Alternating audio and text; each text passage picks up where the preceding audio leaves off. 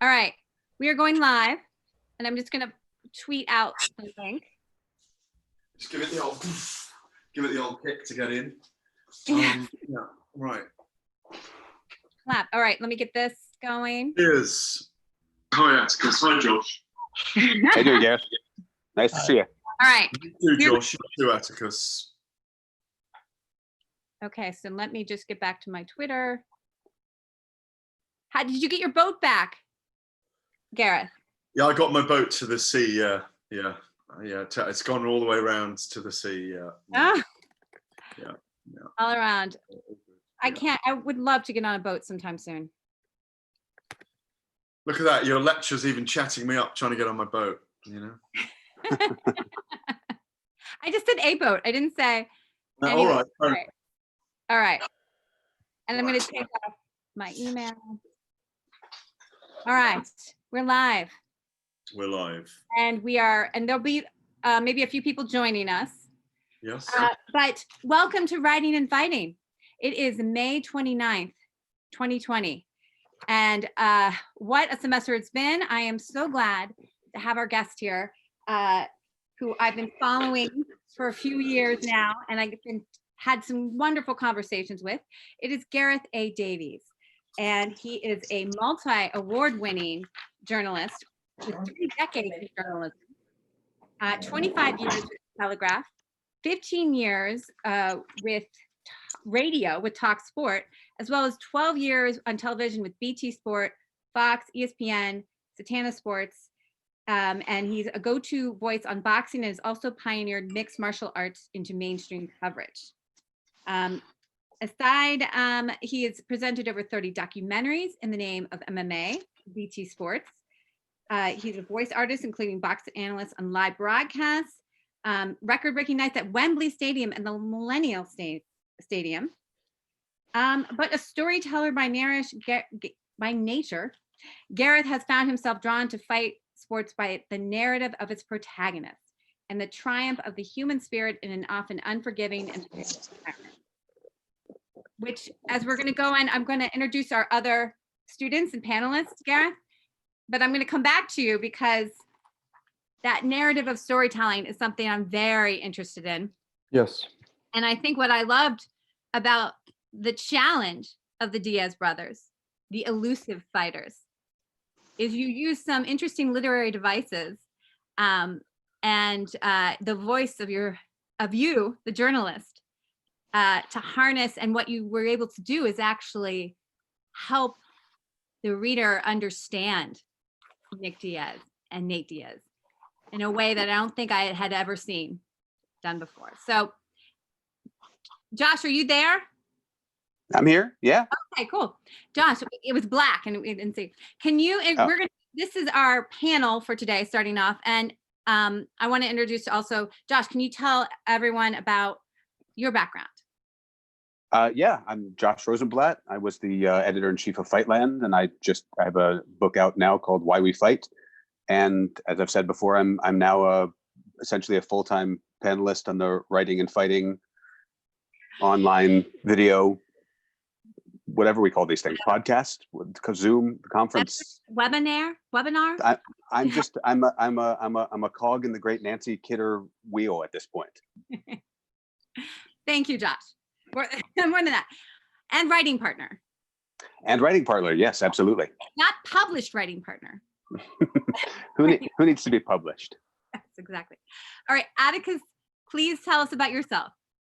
Hi, Atticus. I'm a former student of Professor Kidder's. I huge combat sports fan, have been for a while. Just love to hear all the super cool, super unique points of view from people here. Excellent. Thank you, Atticus. Gareth, he tests my knowledge of MMA. So it's, and I'm like, you've been alive since what, 2001? 2000. 2000. I've had the whole millennia. He doesn't remember the world before MMA. I know. He doesn't remember human cockfighting and the outrage and the moral panic. Yes, but he was 5 when Chuck Liddell fought Tito Ortiz and knows it better than I do. So I know. tells you a lot. All right, now, Gareth, back to storytelling and you know, kind of the discovery of fighters in more of a long form way. Actually, I'm going to back it up because I want to know more about your story. We've talked a little bit. You got your start in journalism in China. Is that correct? Not the typical starting point for a sports journalist. Yeah, well, long before Atticus was born, I found myself in 1988, 89 in Beijing, China, where I lived for a year, and I was doing all kinds of things over there. Really, I was teaching English, being quite subversive, I think, in the end, and ended up very involved in covering. Atticus may not remember, I'm sure Josh will, the Tiananmen Square incident and the kind of revolution that went on from kind of May into June that year. And it was my first experience of reporting and filming and kind of being in the square every day for about 4 or 5 weeks and seeing a kind of revolution going on in front of your face. You know, I don't know if you've ever seen the film A Year of Living Dangerously with Mel Gibson when he was in Jakarta. Very interesting, and he was a journalist then. It was very much like that, you know, where I was illegally living in the People's Daily newspaper compound. They thought I was a student at the university. My parents had been in China, and I'd originally gone to see them, and they'd left, and I stayed on. I studied Chinese for a year and lots of martial arts and wushu and qigong and different things, which was brilliant. I went there to kind of learn about energy, if you like, energy in martial arts. And Chinese the life there was much slower then. And so I started kind of stringing, if you like, as they call it, you know, helping kind of bona fide journalists who were working with national newspapers out there and recording and reporting on the revolution, if you like. It was a very big event. I mean, it was a global event at the time that all the world's cameras were trained on it. Everybody remembers that picture or that little video of that man standing in front of the tank. That typifies, I think that was the kind of media moment. But I had already moved into the People's Daily newspaper compound about 4 or 5 months earlier. And I didn't have a pass for the compound, but in the danways or the work units in China, the back door was always open and there were guards on the front of basically at the time, the danway, a work unit, was the newspaper itself, but everybody who worked on the newspaper lived inside the compound, and they had schools in there, and there was one block for foreign journalists that put out the China Daily, which was an English language paper that came out every day as well. But the point being about the People's Daily, it was the Communist Party's organ, if you like. It was their paper. And so I was living there while the revolution went on, and kind of illegally just paying the caretaker of the block of flats $20 a week to stay there, and it had its own toilet and shower and all those kind of things and a couple of rooms. It was quite exciting. But I was in Tiananmen Square reporting every day. But then martial law was declared about 3 weeks before June the 4th, which was when the tanks and the soldiers came in and probably killed about a couple of thousand students and protesters who were all living in the square in tents. And at that point, I really had to get rid of a lot of equipment, like cameras and stuff I had. And it was very, very interesting. And I was always able to get in and out of the compound. The point being that the People's Daily newspaper suddenly started printing anti-government propaganda. So the secret police and martial law was declared. They took over the compound. So I had to be very careful from that point on to get rid of my doobies and all of that kind of stuff. I didn't want to get caught and put in a Chinese gulag for 25 years because that wouldn't have been nice. Eating cardboard and, you know, whatever they feed people there. But it was an amazing experience. I had grown up with my parents traveling abroad a lot and working abroad in the Foreign Service. So I thought I would probably end up as a foreign correspondent at that point. But then I had children very soon after I came back from China. and it's too difficult to do that. And I'd always been into sports. I played a lot of cricket and rugby, always into martial arts.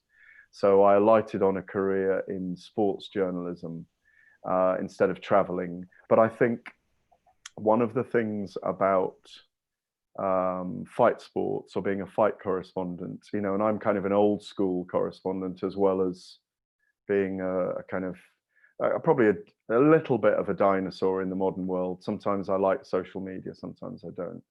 And that basically some of my mentors, when I started off writing about boxing in about 1992, were saying, it's the best job. It's the best job in sports journalism, because you get to write about the most fascinating people, and I'm fascinated by people who fighting spirits.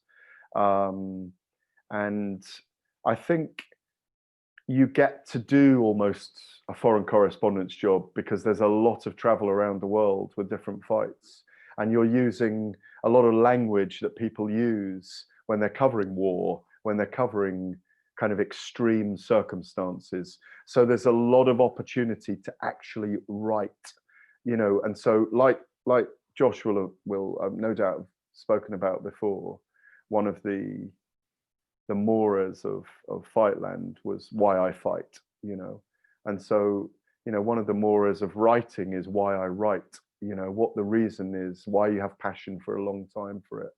And I think it's one of the most interesting spheres that there is to be involved in terms of writing, and it does give you a lot of scope for writing features, and like you say, using kind of writing vehicles, the types of vehicles that you can write, like you mentioned with the Nick and Nate stories. You can do news reports, you can do features, you can delve into so many aspects, so many nuances and layers of people's lives. And I mean, I understand fighters, definitely. I have it in me. I'm very competitive, and there's a lot of struggles going on all the time.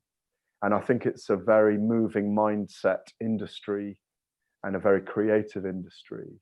So it has fitted with me. So I've just lived life like an international rock star for 30 years while getting a bit of work done, basically. Hey, Gareth, I was curious. I love what you're talking about. And I was curious, with your familiarity with China and with the traditional martial arts, but also your fascination with, like you were saying, how fighting sort of opens up the opportunity to talk about other deeper issues. What is your feeling about, I don't know his name, I can't remember his name right now, but the Chinese martial artist, mixed martial artist, who's been sort of going around and challenging traditional martial artists to fights, and his sort of ongoing war with the Chinese government. I'm very curious what you have to say about all that. Oh, the one that I can't remember his name myself right now. I have written about him in the past, actually. What you mean? Is he a wushu guy? He's the guy that he's the actual mixed martial artist who's challenges these traditional guys, and then sort of beats the shit out of them. Beats up a Tai Chi guy. That's right. Him, and then the Chinese government is really seeing it as an attack on their mythology. Traditionalism. Yeah.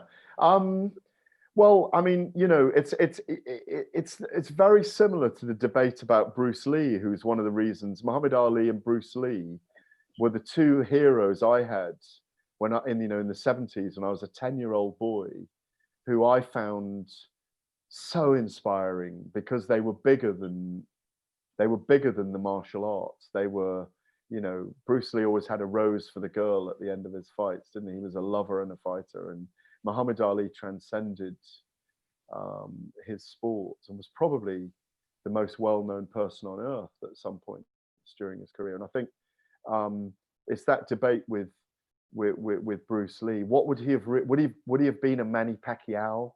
Would he have been a great? I think he would have been a brilliant fighter. I think we'd have loved him in real fights, in mixed martial arts and boxing. I think he'd have been amazing. But it's that debate about whether does a traditional martial arts, where I did wushu, for like 9 months in China, with a kun. It's a stick. It's like a kendo fighting art, and I really loved it. But I can remember the first 5 classes were literally half an hour putting your foot up, putting your foot up and stretching your body. And it was like seems like a 50-year process to become a master. So it was, I think the concepts of it are right. And I think a lot of those values, in spite of modern mixed martial arts being a very commercial sports entertainment venture, there is, if you look closely, there is a deep respect and love for martial arts. Like, you talk to a lot of the great coaches, Winklejohn, Jackson, Roach in boxing, some of our guys here, Adam Booth, Ben Davison, Brandon Gibson, Javier Mendez, Trevor Whitman, Duke Rufus, that you talk to all of them, and I know all of them very well, and I love to intellectualize with them, that there's a moment where you talk to all of them where, and I completely agree with this, that they say part of our objective is not just to make them a better fighter, but a better person. And I think that's the cradle of martial arts. It teaches you to back out facing in the street, if you like. That's the best policy. It teaches young people not to be frightened of physical contact.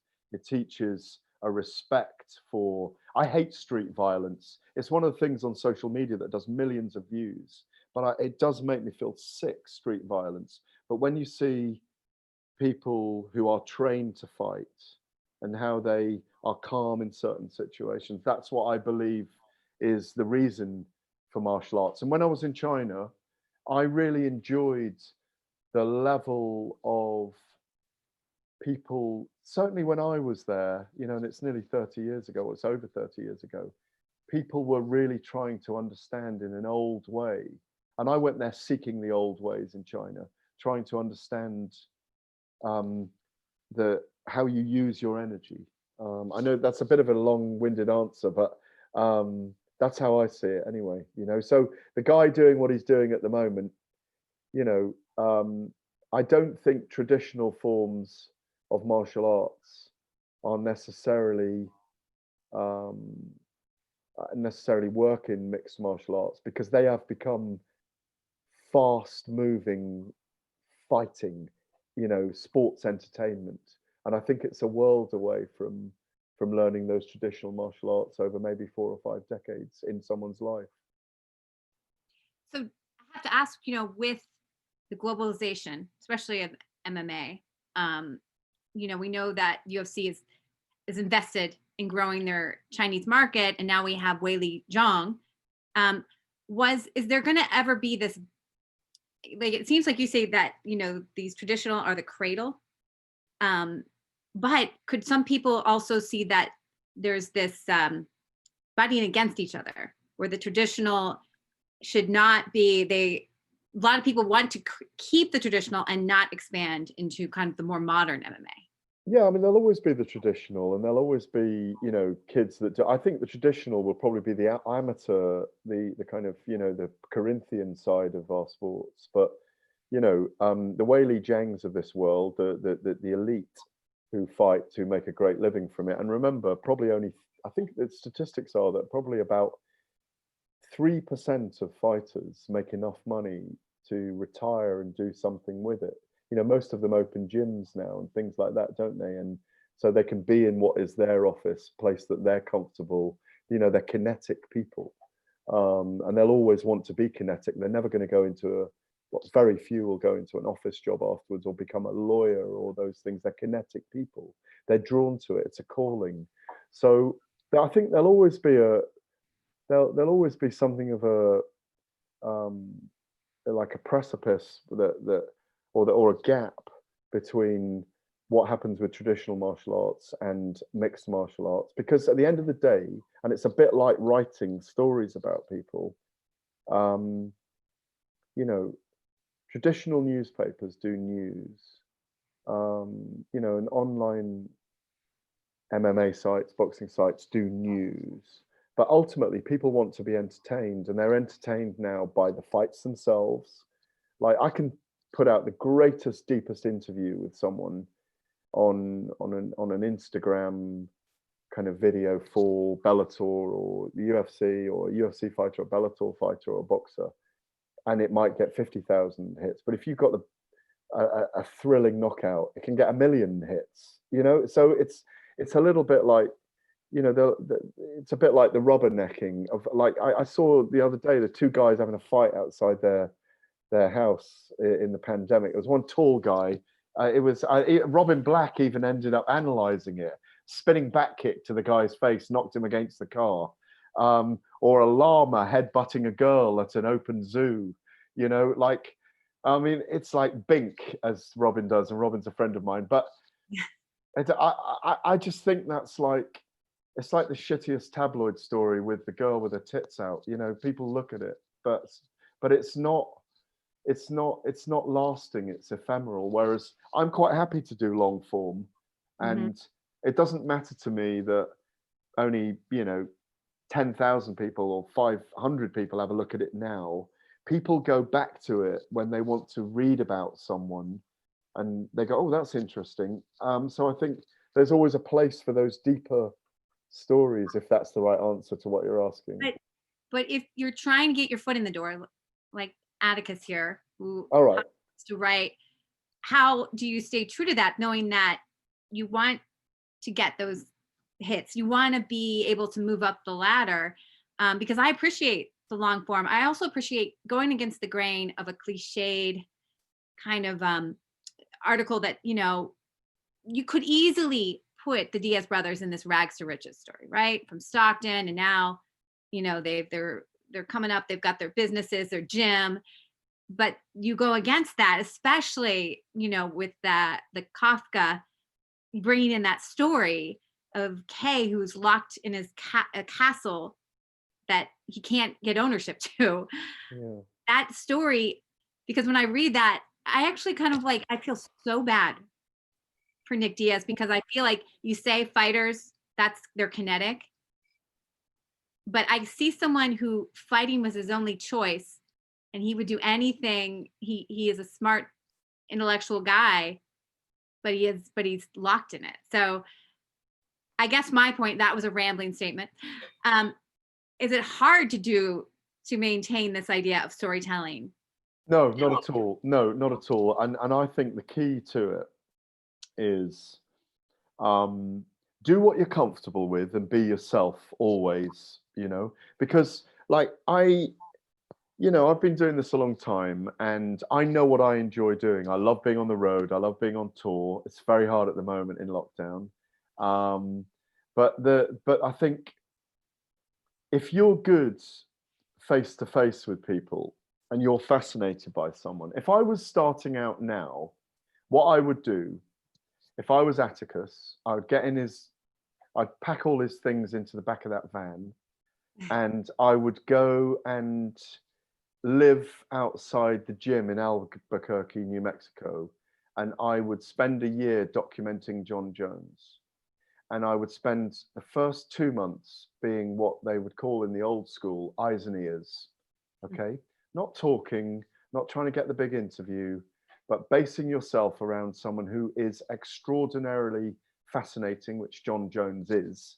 He's one of the most fascinating fighters on earth, along with, you know, the likes of Conor McGregor, who you wouldn't be able to get near to, like the Diaz brothers, like Tyson Fury, like Mike Tyson is still. I would go and base myself there, sleep in the van. If you might not even get to speak to them for the first month, but just say to them, you're going to make it in this industry, and you want to just observe their practices for a time and make yourself the expert on that person. Because if they see your dedication, this is what I would do. Yeah. Because if you did that for 6 months, you'd have a book, you would have deeper insights into the people, you would learn how to be around a group of extraordinary people there, with not just, you know, they've got other people there, of course. They've got Holly Holm there is fascinating. Carlos Condit, who's fascinating. Brandon Gibson, Mike Winklejohn, Greg Jackson. You know, these are people who read Sun Tzu, The Art of War, who encouraged John Jones to flick open a page and read about the practices of war. You know, John, I mean, I had John in my car in London when he was about 19 or 20 before he was world champion. And we were caught in a traffic jam, and I interviewed him for 3 hours, and we really did have a great connection. And I had Tiago Alves, Malky Kawa, and Vanderlei Silva in the back of my car as well. So it was a pretty cool, like, if a street fight had broken out, I'd have just sat in the car and just chilled. Do you know what I mean? Because like I'd have been totally, if a revolution had gone off, I'd have been fine. I would Malky jawing in the back, of course. John telling me his life story, and you know, Vanderlei and Tiago Alves just kind of, you know, chatting away in Portuguese. I think that's what I would do, and you would get news stories from that. You would get deeper stories, and you would get a study on something. It would give you a basis for understanding how a great gym operates, how the sport operates at macro and micro levels. But maybe the most important thing, and Nancy and I have spoken about this privately, the way you survive for a long time in this industry and be able to do it all and go face to face with people, and people respect you. And I want people's respect in the world. I don't care what, I can give a monkeys, I can give a fuck what other journos think about me, and I don't, because I know how I do my job. No one does it better than I do in terms of the way I do it. And I like to get up close with fighters, and I like them to know that they can trust me. And there's an old saying that the best stories you get, you actually never write, you know? And what I mean by that is, when you get the deep, I know this is a long answer, I'll come to an end in a minute. When you get the deep trust of fighters and teams, and you know, I have it with Tyson Fury. I've been in his dressing room twice before his last 2 Deontay Wilder fights. That's a great privilege, and the privilege comes from having been around those people, and they know that some of the things they've told you about them aren't for publication. It's about a deeper level of trust. There are things that you've done, Atticus, that you don't want written about already in your life, yeah? Whatever it is, and we all have those things. And I think I'm very aware of that because I've had a life as well, you know? Like, I know how to live.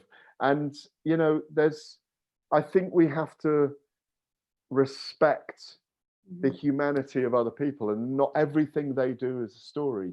So that's, in answer to your question, Nancy, the advice to Atticus, that's what I would do if I was starting out now. No, I love that idea, because you always want the big break, right? Your big. You don't, the big break is bollocks.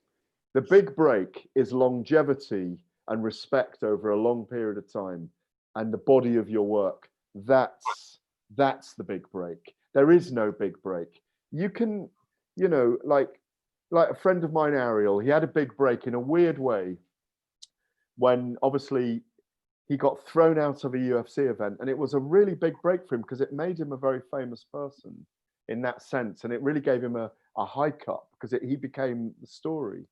But it doesn't, getting the great scoop, I've had loads of scoops, loads of exclusives, and it doesn't, I personally believe it's the body of work over a long period of time. For example, I'm not comparing myself to Picasso, but I'm a real fan of, my first degree was Spanish and Italian, massive fan of Velázquez, Goya, Picasso, like the great Spanish artists. And in the end, Picasso's body of work meant that his pieces in the end weren't that great, but it was a Picasso.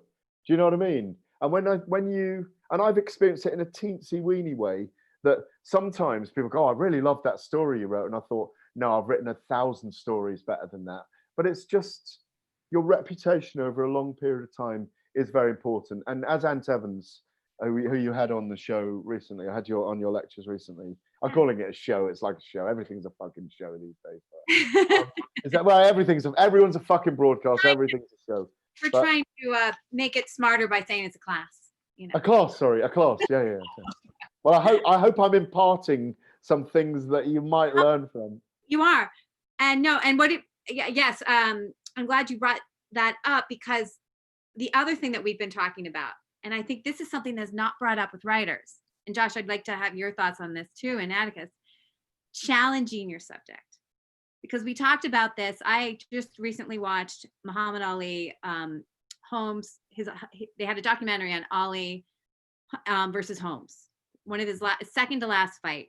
I don't know, Josh, have you seen this? It is so depressing. There is no way Ali should be trained for a fight. You already see the slur of the words. You already can just see that he's not doing well. You hear that physically he had to take like a diuretic or some sort of thyroid medication to lose weight. And it's just, you see him kind of also just like as a tourist attraction to people coming by his camp. And we brought this up because the way you possibly challenge your subject sometime with Diaz, in terms of you won't just give up or won't just give the answer that would a reporter who was just phoning it in would. Can you go more on that? Because I think you also said something about there's greatness about Ali, and sometimes we don't want to challenge that as a writer. Is that Josh? No, I think, well, that's to you. Oh, to me. Okay. Yeah.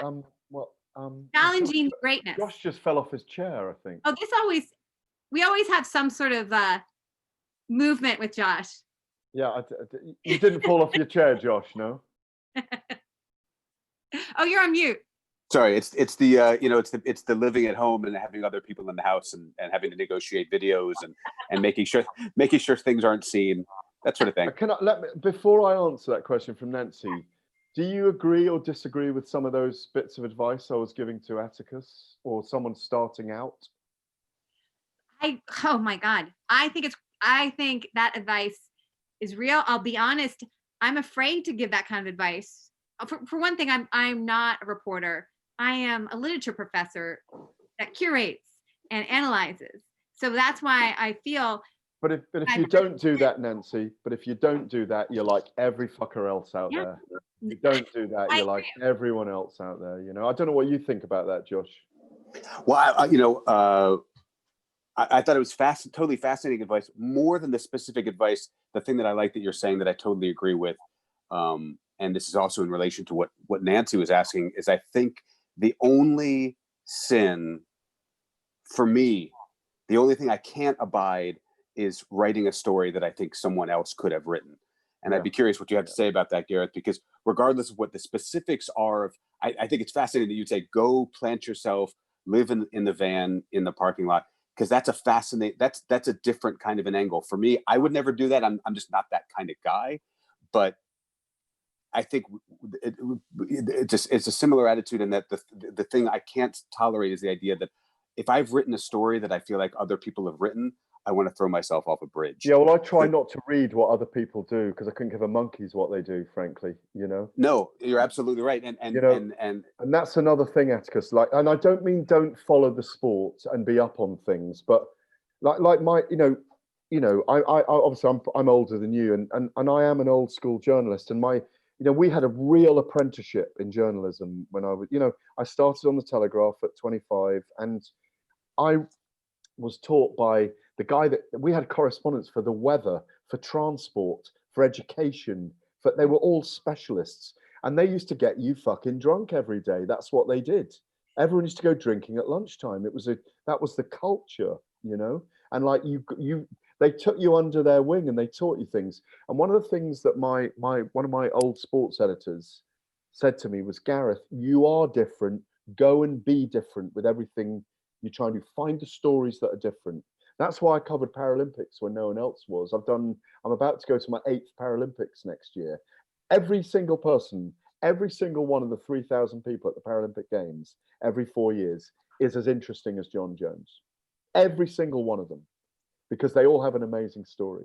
Because they're either disabled at birth or something's happened to them.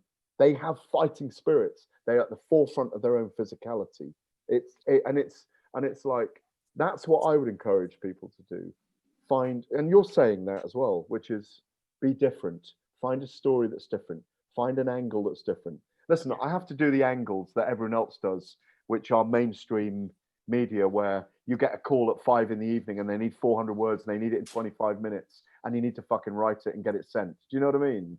Because that's the news rhythm. But you know, the stories that Nancy's talking about that she's plucked out. By the way, I'll show you in a minute, but look at that. I picked this out. This is cuttings from the old Telegraph library with my name on. They give you these when the library closed and it all went digital. All the stories that they actually cut out and put in these little cardboard containers. I've got a few of these. You need to bind those or bind them. Put them in some sort of. I will. I promise. Yes. I think the weird thing is, lots of old practices work with modern stuff, which is the reason why I know Josh is saying that he wouldn't feel particularly comfortable doing that and hanging out with a particular team for a while. But you can learn about the whole industry by being there, and you can learn about how you operate and get people's trust, because that's really important. Unless you want to be someone who sits in an armchair away from an event and just pontificates or gives your opinion. I have this rule, which is, because I like to be in the face of fighters, my rule is I will only write what I will say to a fighter's face. And I've had arguments with Conor McGregor. Some fighters really fuck me off and piss me off. But what's the worst they can do? They're going to say no, they're not going to talk to me. So what?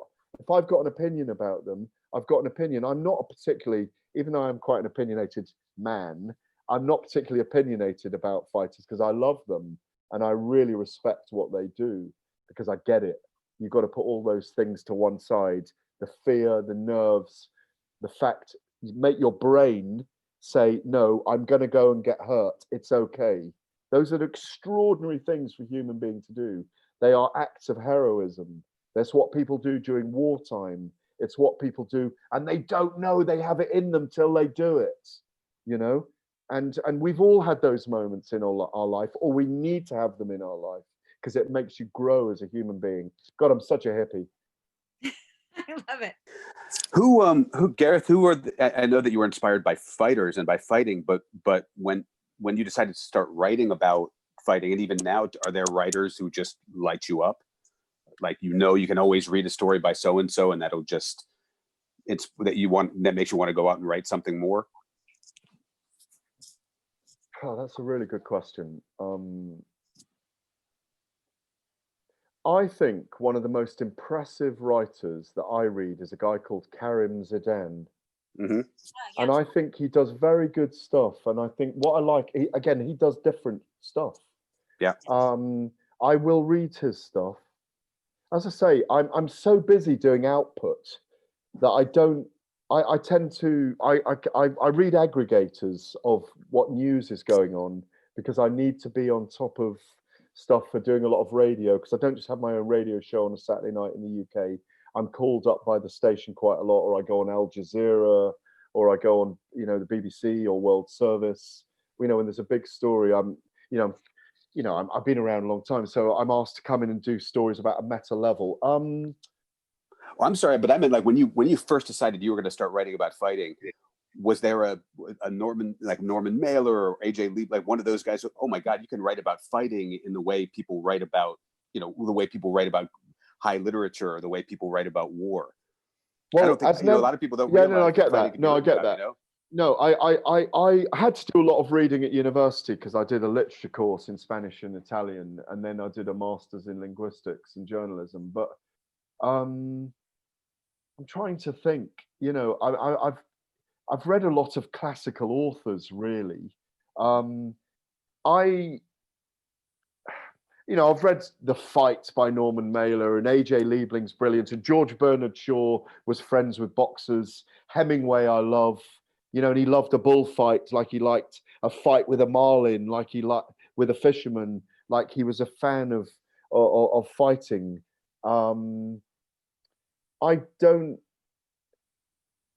I'm horribly self-taught,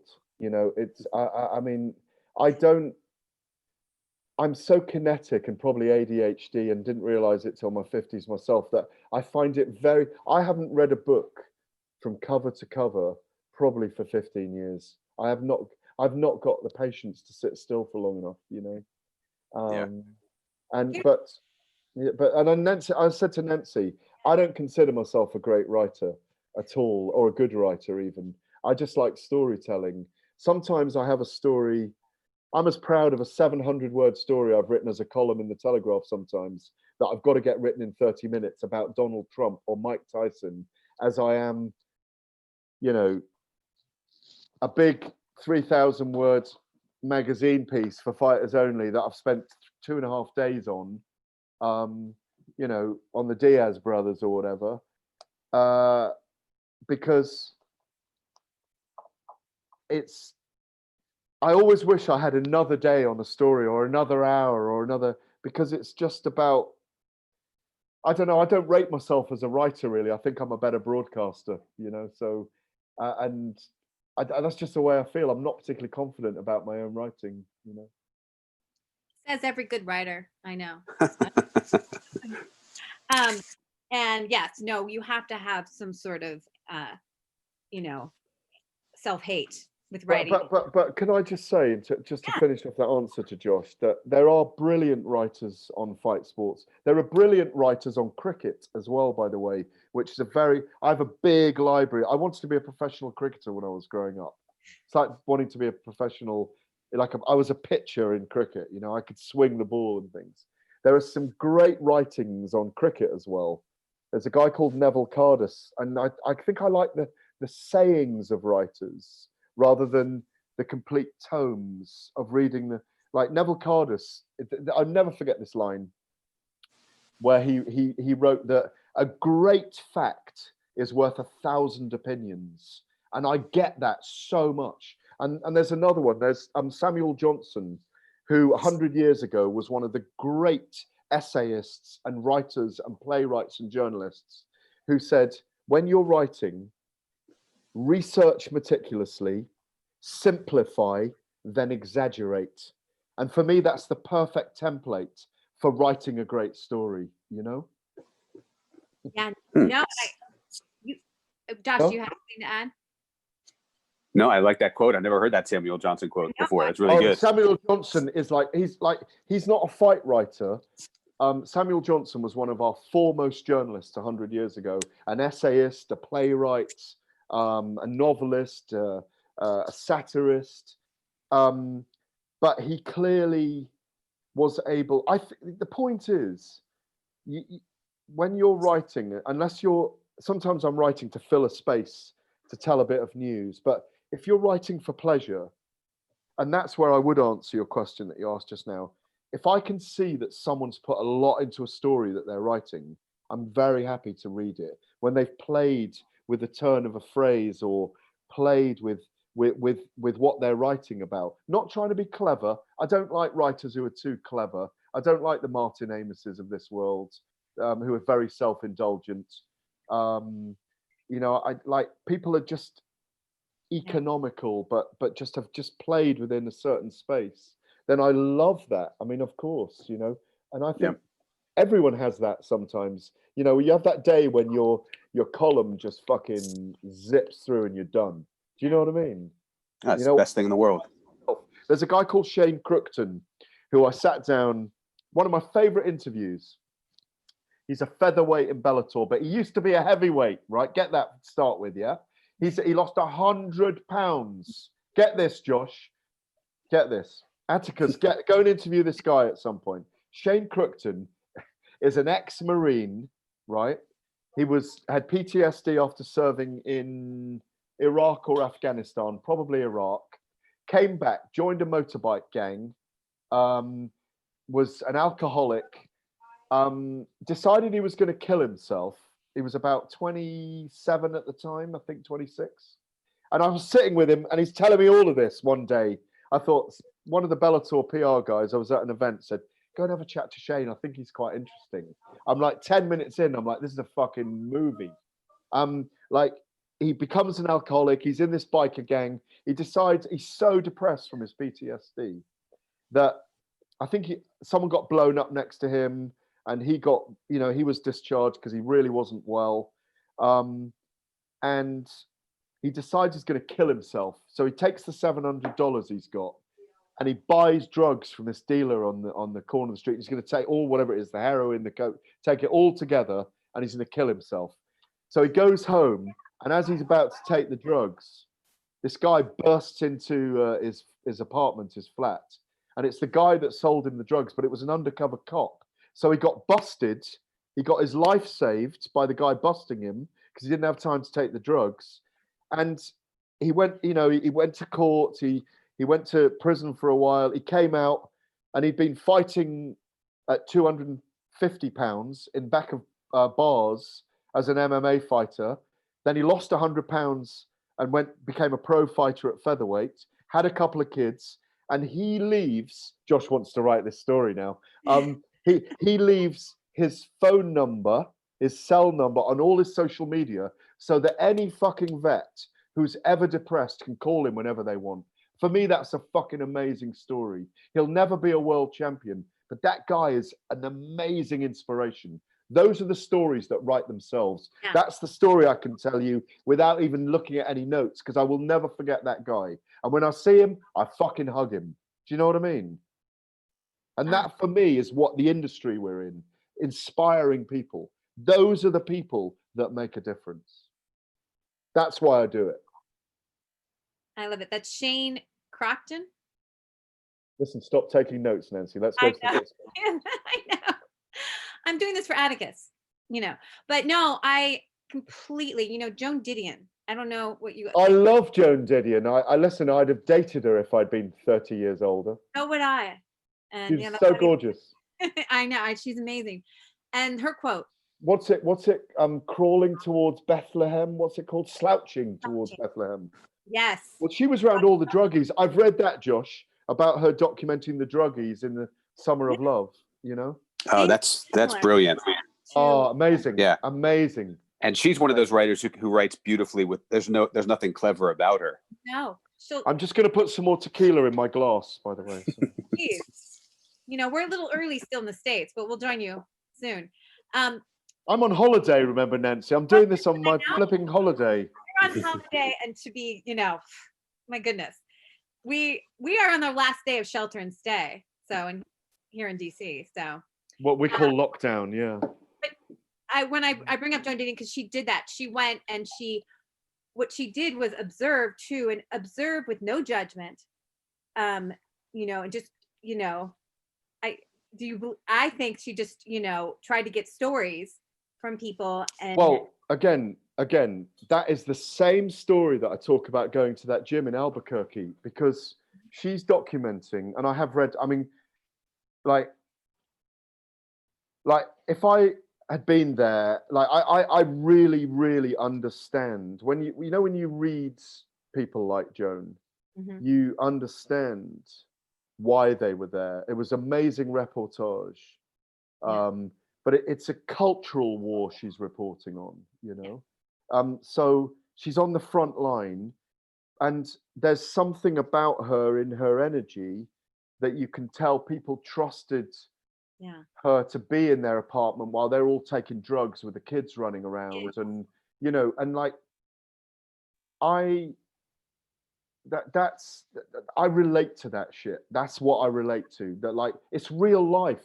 It's real life. So and that I think is what we see in our industry. We see a lot of real life. Like when someone's been beaten up and you see them in their dressing room afterwards and their soul is destroyed, they're going to have to go away and grieve and recover from the loss and the beating. They actually take a beating. They actually, by the way, take a fucking physical beating, and it takes some coming back from. And people don't think about that. Do you know what I mean? They piss blood. They fucking hurt. They cry. They grieve. They go into the arms of their loved one. They can't have sex for days. They can't. They're curled up in a little ball. The things happen. It's putting yourself in the fucking firing line, and that's where it's important that we have the empathy for those things. They're not superhuman. They're not superhuman. They are like us, flesh and blood. It's that's fascinating. But sorry, Joan Didion, yeah. No, Gideon, we tell ourselves stories to live. I always think about that quote because I think it means so much in that why it connects readers with that empathy, that it helps us get through life knowing these stories too. It's a back and forth relationship between the reader and the subject and the author. And I think about, you're saying if I fail, I get a bad review from my department or a boss, I'm not naked or, in my underwear being pummeled, literally taking a It'd be beating. good. I'd love to watch that though. You in your underwear being pummeled by your daughter right now. That would be quite fun. It would be a nice interlude. Yeah, it would be as fun as you can get.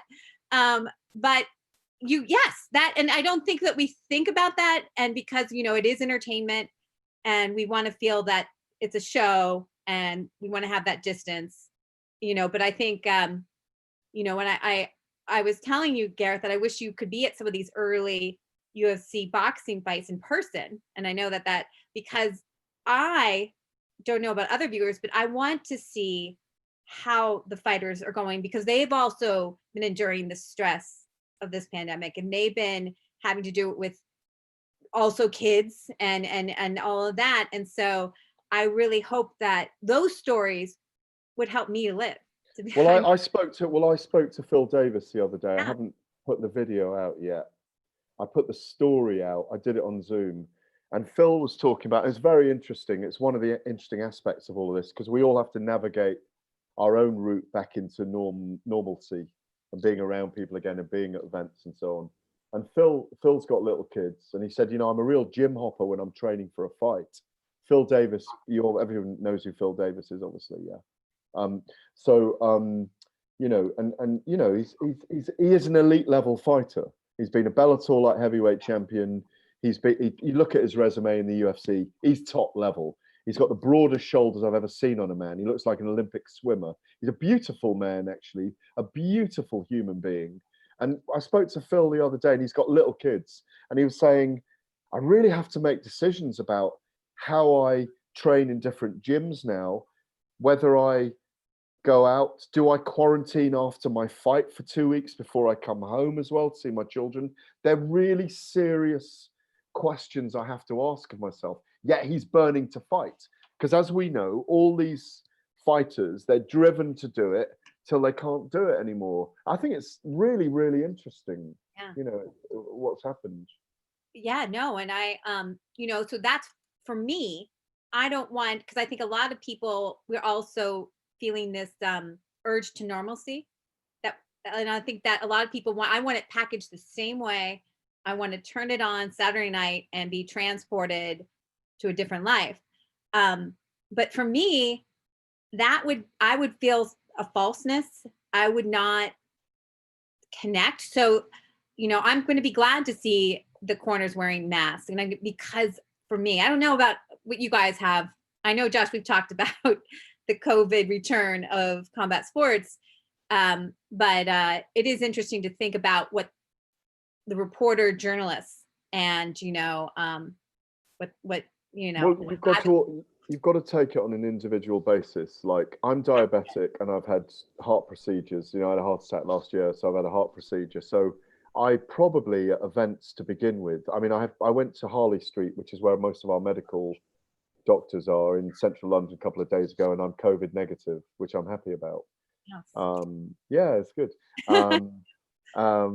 But I think we all have to make our own decisions, like Phil Davies was saying. We all have to make our own decisions on, I would quite like a face shield at my first few events. We're looking at having boxing events in the UK in July, much as I think Bellator are looking to come back in the CBS lot in mid-July for 5 to 6 events.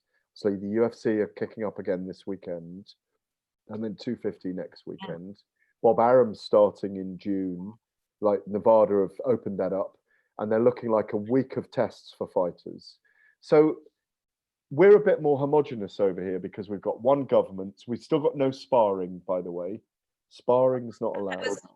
Oh, it's not allowed yet.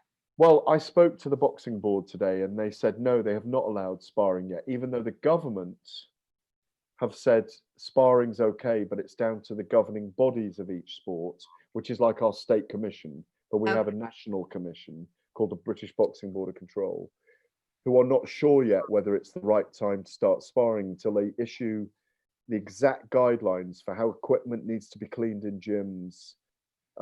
It's just so complex. Yeah, it is. And I think, you know, I mean, I would not have been comfortable going to that May event in Florida. No, I don't think so. On a personal level, you know, I don't know whether Like- the guys would have gone. You know, would you have gone? Josh, would you have gone? We can't hear your. I got to stop pressing the mute button. You know what? I'm a little gun shy because last time you guys made fun of me for having the birds chirping in the background.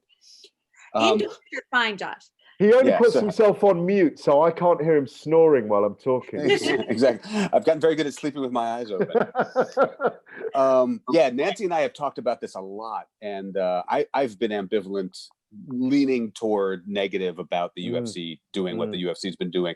But again, like not because I don't want to see fights. I mean, nothing makes, you know, I've been against it, but have watched every single fight. I mean, you know, I'm perfectly comfortable with that hypocrisy. But I don't like, for me, the issue, what it does is that it brings into even bolder relief things that have always bothered me about this sport. I mean, like, you've been covering fighting forever. So as you know, in order to cover boxing and in order to cover MMA, you've got to tuck away some moral qualms and you've got to tuck away some ethical problems. Because I mean, if you give voice to all of them, like, just don't be into fighting. I mean, you can't, you know, both in terms of, I mean, it's hard to justify fighting morally on its own, but then you bring in the promoters and all, you know, I mean, it's the wild west of business, isn't it? It's a wild west. It still is. It's totally the wild west, and a very all murky gray areas morally. Like step aside money for someone not to have a fight. Like, how ludicrous! Imagine that in business. Here's a couple of million not to have a business deal. Do you know what I mean? Right. Like it is the wild west. But sorry. Yeah. No problem at all. I totally agree with you. But this COVID stuff has really brought into bold relief the stuff that has always really bothered me about the UFC. And you were talking about how fighters they've got it in their blood to fight and they want to be fighting. And that's totally true. But the problem is that it feels like it's just like really seeing the disparity in the power between the UFC as a promotion and the fighters who have to fight. They have no money coming in. Dana White can talk all he wants about how there's no punishment for a fighter who says that they don't want to fight during COVID. But we all know, anyone who's covered the sport knows that there are plenty of fighters who've been punished for a lot less at the whims of Dana White. So it's been a little bit maddening to watch the sport come back so quickly for that reason. And then there's the other issue that, like, you know, we are longtime MMA fans, and like, this is kind of the one thing this is the first time MMA has been mainstream, that's sort of gotten mainstream attention in a long time. And it kind of feels like it's getting mainstream attention for all the wrong reasons. So it, like, once again, you sort of feel like you're on the back foot and put in a position of defending this sport that you love more than anything, but it's always been kind of indefensible. So the long answer is, I don't know how I feel about it. It's one more thing for me to feel ambivalent about. I just know that it hasn't endeared Dana White and the UFC to me any more than they were before, which was pretty minimal. Well, can I answer, Nancy? Yes, please.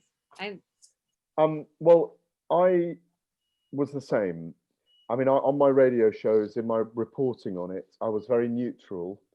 My reporting, because weirdly, for the Telegraph, I didn't really opinionate too much, other than one column where I laid out the facts in the Neville Carter style that I was talking about earlier, rather than giving my opinions on it, because they were fully entitled to do it.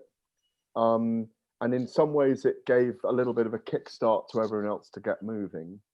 I was very nervous about them coming back so soon. I didn't like the length of testing times beforehand. I thought things hadn't played out enough and there hadn't been enough discussion. But I also felt that and Ariel Helwani and I had a chat about this. they had an opportunity to sit with the rest of the mainstream for the first time in their lives, but instead they chose to be the outlaws again, right? Or the scruffy cousins that they once were, which they aren't anymore. They could have just sat with the rest of the mainstream, but that desire they have to be the best, to be different, to be viral, kind of forced them to go and do it. But I think there are economic factors as well. Sure. The lunacy of doing April the 19th, and I would have been there, April the 18th, April the 19th, was well, no, it was originally April the 19th, wasn't it, in New York, because I was going to be there. Tachi The Palace. Huh?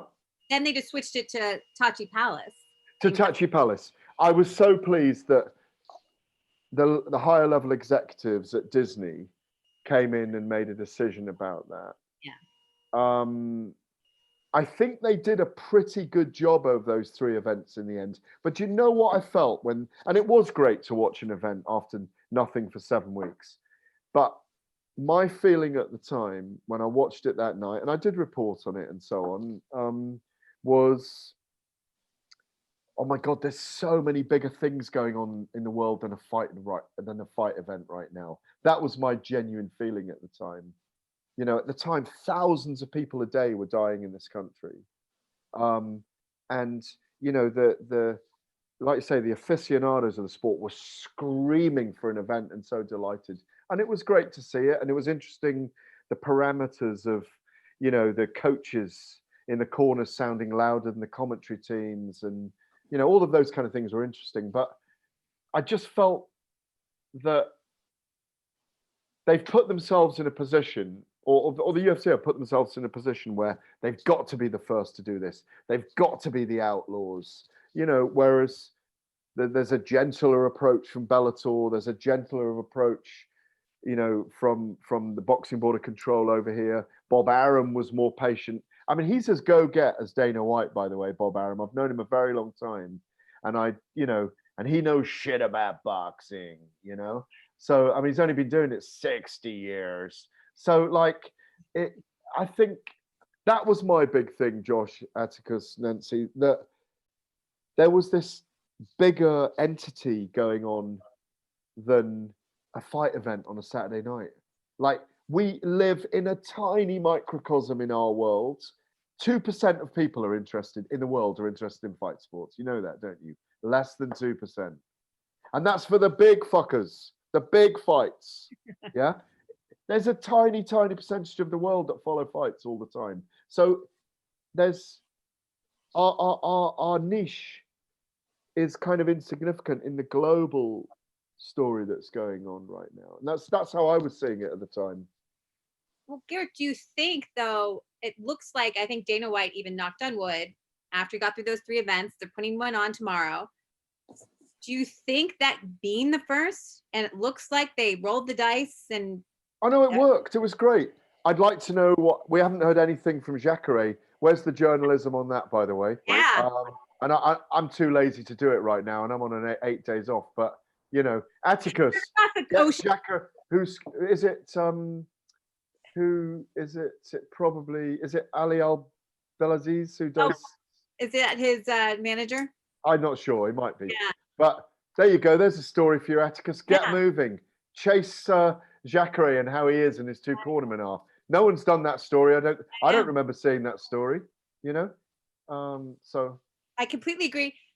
I'm just curious. I think I'm not totally feeling like UFC's out of the woods in terms of anything potentially happening, but they're like 2 weeks now, or over 2. Is this gonna be 3 weeks? I can't remember how far away. But do you think that in the course of history, it was the 9th of May, Nancy. It was the 9th of May. So it was 20 days ago. That one, yes. And then they had the 13th and the 16th. Yeah. So thank you. Good job on your math there, Gareth. Still got it, baby. Still got it. Do you think that it has given them an edge in terms of grabbing more than 2%?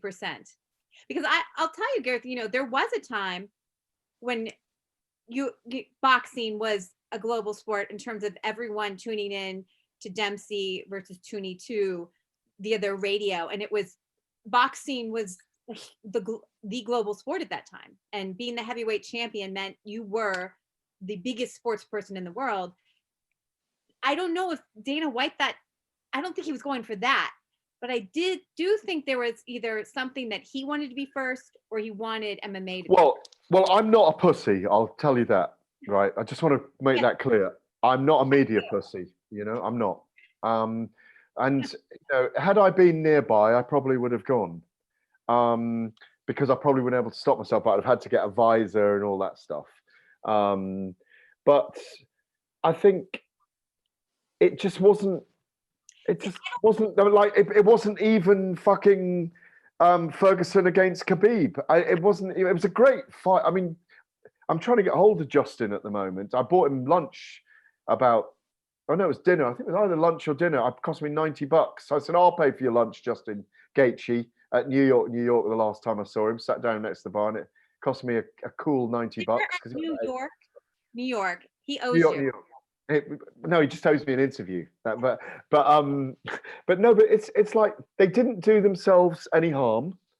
They didn't do themselves any damage. I think they did good numbers. I think 700,000 odd pay-per-view buys. So they did well with it, but it didn't. It didn't, like, Francis Ngannou did what Francis Ngannou does. Henry Cejudo retired and it went bloop. The fight between Ferguson and Gaethje was fun. It was nice to see an event back, but it wasn't huge. It was just a fight event. That's all it was. It was just a fight event. It didn't change the world. I agree. For me, I would have preferred to have been a little bit, more cautious and had these same fights, because I think it would have garnered the same, because I think that whole idea that we're going to grab people who are so desperate for content, and there are people who are watching like Korean baseball now. And I think German. Yeah, we've got the Bundesliga here. They're all watching Bundesliga football every Saturday here, and that's been fun. I mean, I'm not into soccer, but it's been fun. But we're coming back. Middle of June, football is coming back here, by the way, soccer. We'll see. But you know what? I think that my husband is a baseball fan. He's watching Korean baseball. He also Premier League. He loves soccer, so he's watching German soccer when he never does. I don't think it really brought any new casual fan or even just a new person into comedy. No, all it showed is that as people, like, the toughest thing I've found over the last 10 weeks is being home alone and not, just not being with anyone. We've all been faced with different Struggles, challenges. Challenges. And like there is a groove about, like, I'm used to 15 times a year or 30 times a year I'm at events. 15 times a year I have a day, I do a radio show on Saturday night, or I go to an event here, then I come back and I'm home at midnight and I think, oh, I'll get an hour's sleep, or I don't. So, and I have a few coffees and I'm watching an event till 5 a.m. and I'm doing a story, then I go to sleep and then I wake up in the afternoon on Sunday. But I think quite what this has to do with a university lecturer, I don't know, but but basically that it's just our levels of normalcy. People love to watch their thing on a Saturday, go shopping with their wife and their children, and then they go to the football in the afternoon. And we're just learning that we're kind of overprivileged and oversaturated with by sensuality all the time, and privilege. And to get back to the original reason for the lecture, which is about writing and fighting, is that basically the reason why I use that mechanism with the Nick Diaz or the Nate Diaz story of not interviewing Nate Diaz in the end, even though he came and choked me out a couple of months later at the forum and said, "You didn't find me. We're going to have to do this interview." And the story that you've read is that whatever situation you're in, you can always turn it into a story. Because the bag lady in the bus queue is a story. The person that talks to you in the line in the bank is a story, because you just need to have the radar up, because stories are everywhere. Do you know what I mean? Yeah. So the story of fighting not happening. I've written so many news stories about fighting not happening during the pandemic and how it comes back. So if the arc is just having your radar, really, because there's stories everywhere, you know. I have to ask you, I remember watching a video you made, Gareth, for the DAZN. What earlier on in my porn career? You've been watching that as well, have you? Okay. That will be in the next lecture. No, this was you had made it for After hours. After hours, yeah. Awesome. Writing, fighting, ... and then what came next. Mm-hmm. Oh God. And you only knew like what a big dork I am. So no, so Gareth, I was watching YouTube, and it was the night of DAZN, and when they had the YouTube people, I don't know if it was the Jake Paul or the Oh, that night was brilliant. Yeah. Yeah, because Billy Joe Saunders, Devin Haney, Jake Paul, and who was it? KSI and This is what I found what Jake you did, Paul. because you took the camera through the crowd, and I was Oh, just yeah, it was like, great fun. that is what the story really is too. Yeah, well, that night I'll tell you, I was taken for that story. William Hill, I'm an ambassador. I'm one of their fight ambassadors. I'm their fight correspondent for William Hill, the betting agent. It's one of the things I do. I present for them on big fight nights, and I go and interview people over here and ask for predictions, and I, have fun with the ring card girls. And it's a bit of a show. It's a show before I do the radio or before I do my writing. Sometimes I do all three on the night, just to fucking make myself go insane, because I shouldn't really be able to do all three, but it's a bit of fun. But that night, the KSI Logan Paul was KSI Logan Paul. It was. That was an interesting night because they had those guys as the headliner with two brilliant Billy Joe Saunders and Devin Haney are two brilliant boxers, and yet we had two YouTubers turning pro, fighting at the head of the card, and in front of me was Justin Bieber and Little K. And Little K, is it little? It's Atticus. Is it Little K? I don't know. Little Steve. That is like 5 years below me. Like Okay. Well, like every famous YouTuber, every famous pop star, influencer. all of them, and like it was just really interesting.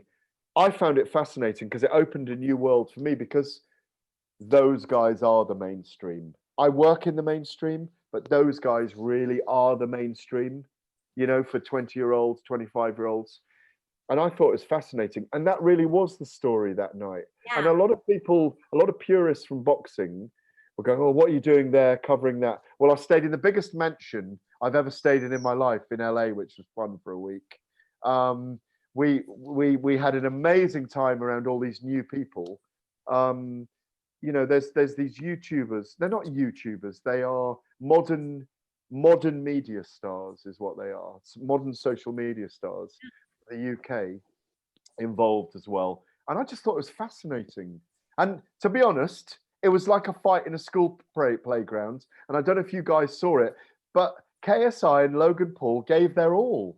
They really did, and it was actually quite exciting seeing Bieber out of his seat every 5 seconds, and it was just fun. Well, and I think that sometimes it's a story around the fight.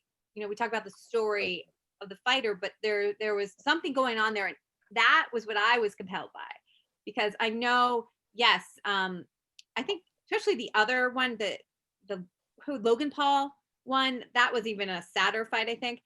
Yes, you're not getting high quality boxing, but there's interest, and there was great cards up until, I don't know about the second one, but having those other ones on the card, and this thing is, though, we got to grow the support of boxing. So I don't know necessarily if being a traditionalist and sticking to the system is always the best. No, listen, in history, it's always happened. There's a great story about Jack Johnson, the first black heavyweight champion in the world, coming on a tour of Europe. I think it might have been when he was being chased by the authorities for crossing the border with a white girl and marrying her, the Mann Act that changed it all, of course. And well done, Donald Trump. But was it a posthumous pardon by? It's one of the few good things that he has done. I can't say he didn't do that. That's true. Yeah. So, without let's not get into that. Yeah. But I've got my dump on Trump toilet paper at the moment in my cloakroom on the inside of, just as you come into my house, actually. Everyone's allowed to dump on Trump because he's on the toilet paper. But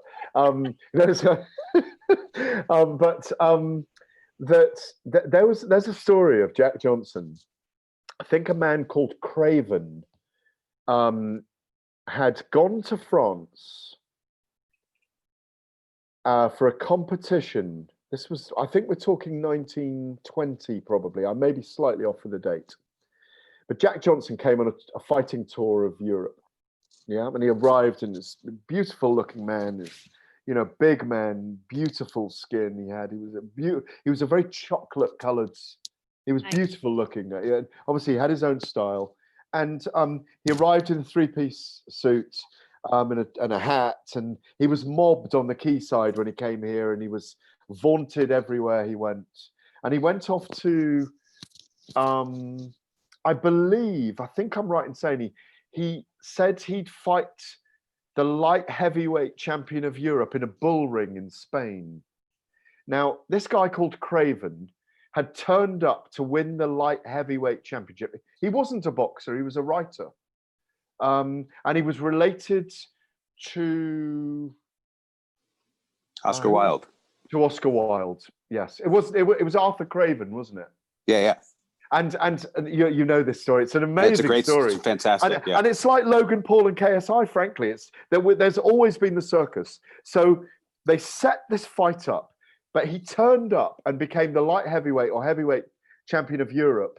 But he was the only person to turn up for the tournament. So he was crowned champion. And he didn't even have a fight. So the only one to turn up for the tournament, Arthur Craven. I think it was Arthur Craven. It's definitely Craven. So he's crowned. He took the championship himself as light heavyweight champion of Europe. And then they said, well, we're going to put you in an exhibition bout now with Jack Johnson. So a huge crowd turned up at a new bull ring built in Madrid or Barcelona. I think it was Madrid. And thousands of people were there to see the first black heavyweight champion of the world fight Arthur Craven. Well, of course, he took one look at Jack Johnson, and apparently he curled up like an embryo for a few rounds. Yeah. And like he fell on the ground when he was breathed on. I think he fell to the ground 7 times. And of course, there was a riot and the police were called. And I think Jack Johnson hit him a couple of times because he was just getting annoyed. But you've always had these kind of peculiar sideshows. I mean, there literally was a riot. People wanted their money back. And it's amazing that you think that this guy who thought he could fight, because remember, people like Norman Mailer and some of the British writers at the time, and I do it sometimes. I have little fights with other journos. You get drawn into it all. And this guy thought he could step in, and the reality was he couldn't handle. He was a writer, for goodness' sake. Yeah.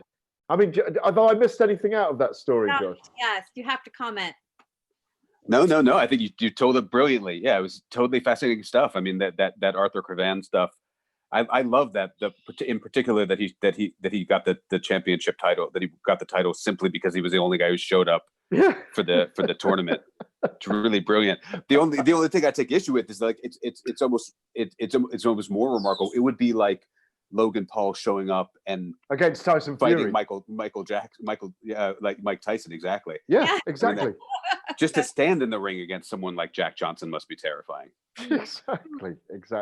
But it was a writer who had the gumption, or just the complete. No, he was a fucking narcissist, and when he got there, he couldn't fucking do it. He should have taken his licks, and he couldn't. Oh my God, no. It's good to remember, because I think we always think this idea that history, we're always evolving, things are getting better, but no, continuously. We're thinking. So next week, Gareth, we're going to do a special panel because June 3rd is the 4th anniversary of Muhammad Ali, and so Passing, yeah. teaming up with Tanisha Singleton, another professor, and so please come.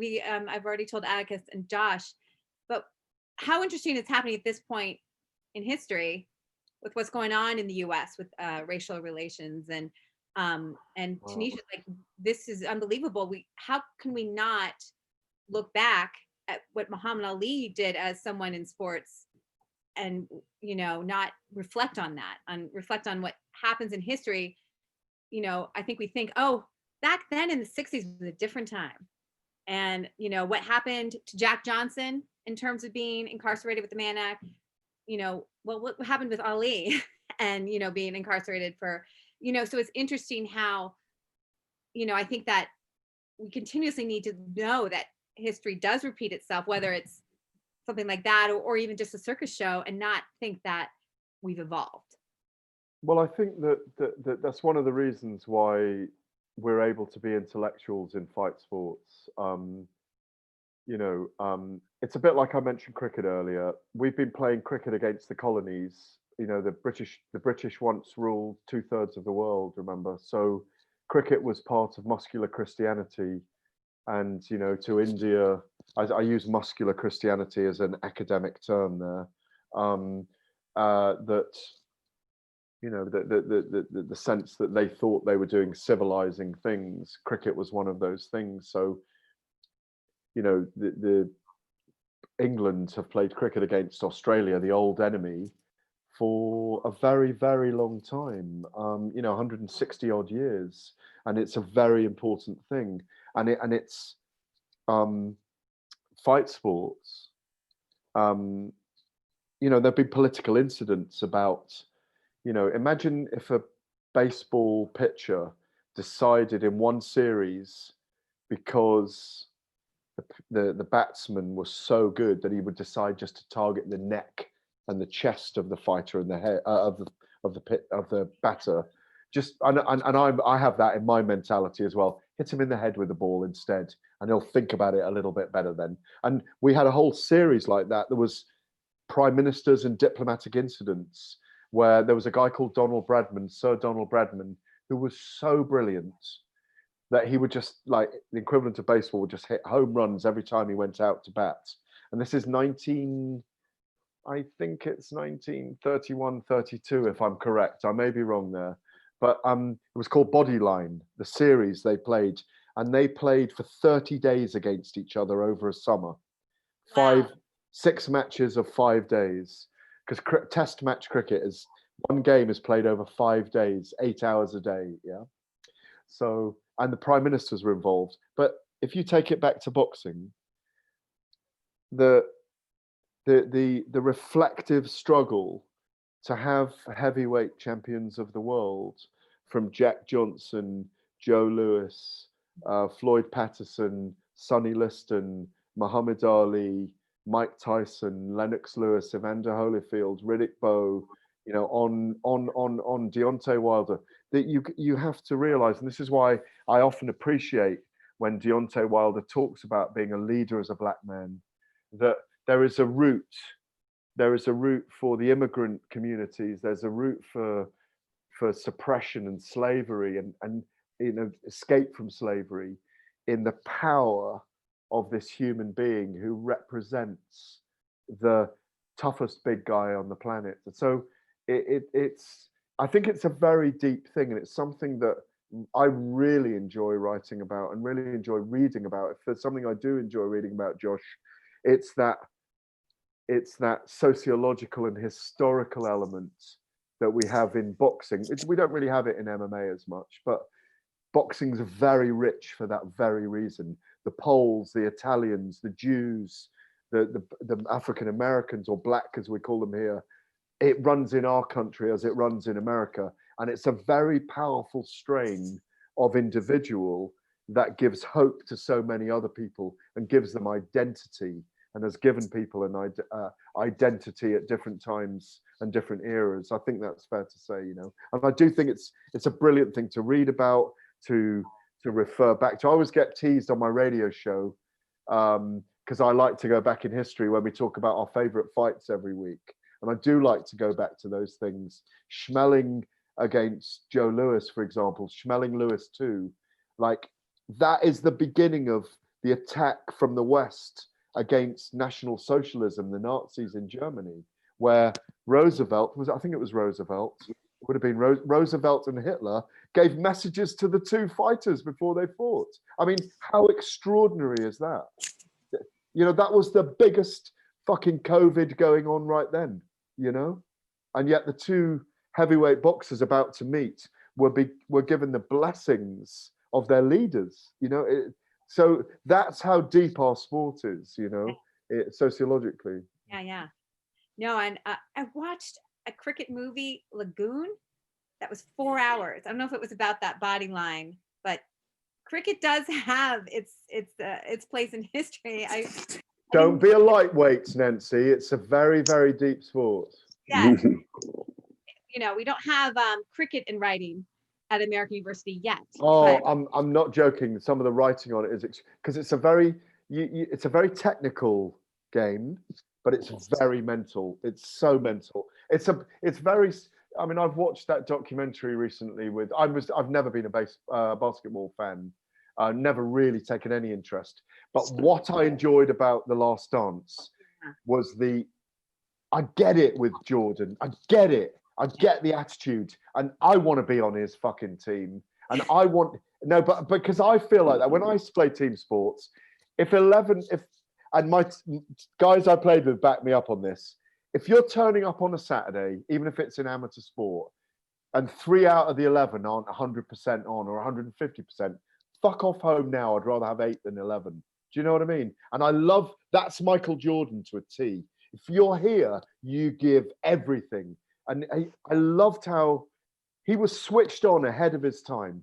And that documentary for me just makes him one of the greatest of all time. And him sitting there laughing at himself, looking back, I think was extraordinary. I don't know whether you guys have watched it and enjoyed it, but he is amazing, mentally amazing, you know?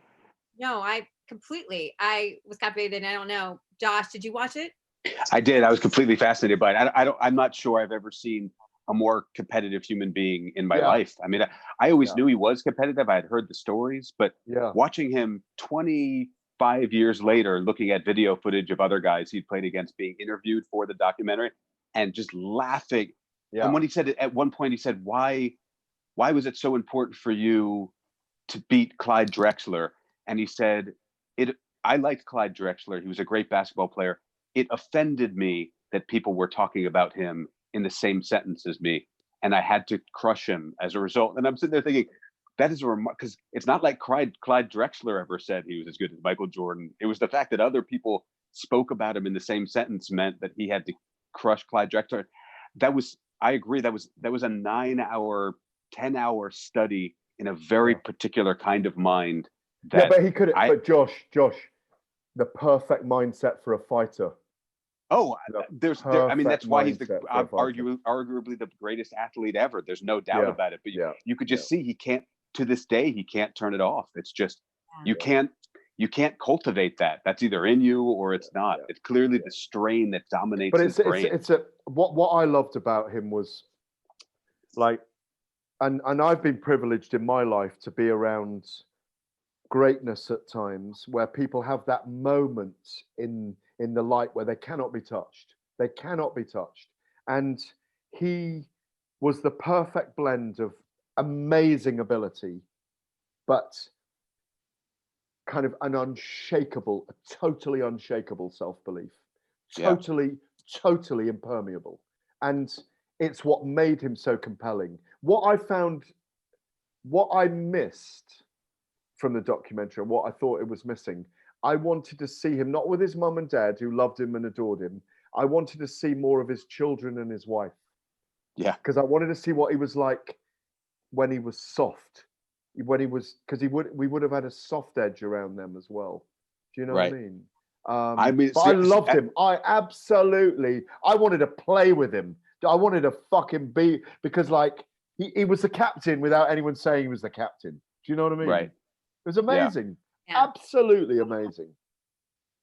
Yeah, I can't believe like when, for me it was because I was younger when like the bad boys, the Pistons, they went out and stumped him like the Jordan rules, right? Hmm. The Jordan rules, yeah. Jordan Yeah. rules could Yeah. beat so many people. You think of the fighter who's being brought up, and then I think about this with Nagano, right? And just gets stumped. They did like Stipe did the Jordan rules and like just took him down, and it defeated him for a while. Now I can't wait to see if Nagano. No, he's very limited, Nancy. Fucking be honest. Come on. I agree. I don't Very think he's learned enough. limited. He hasn't learned anything.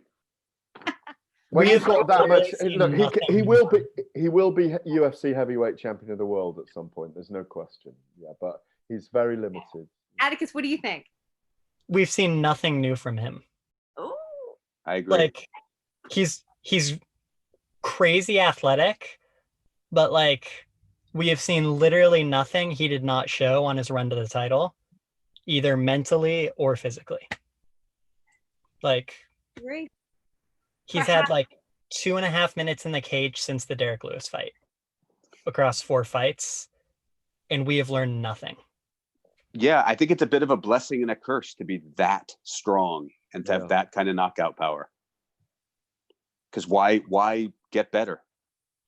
Exactly. But do you not agree, Josh, that he will be champion at some point? The biggest legacy that Francis will leave, and he's a beautiful man, another beautiful human being, to be Yeah. honest, I agree.